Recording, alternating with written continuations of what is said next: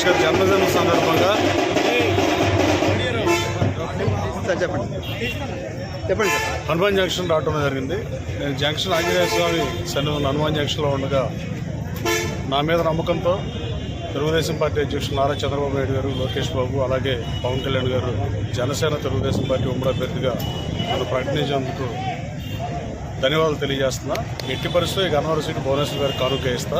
గన్నవరం ప్రజలు ఆదరించి అభిమానిస్తారని, నాకు అన్యాయం జరిగిన ఉద్దేశంతో గన్నవరం నుంచి శాసనసభ ఇస్తారని జగన్మోహన్ రెడ్డికి ఛాలెంజ్ చేశా. ఎట్టి పరిస్థితుల్లో నా గన్నవరం ప్రజలు అన్యాయం చేయాలని భావిస్తూ గన్నవరం ప్రజలు అత్యధిక మెజార్టీతో నన్ను గన్నవరం నుంచి శాసనసభకు పంపిస్తారని మనస్ఫూర్తిగా నమ్ముతున్నా.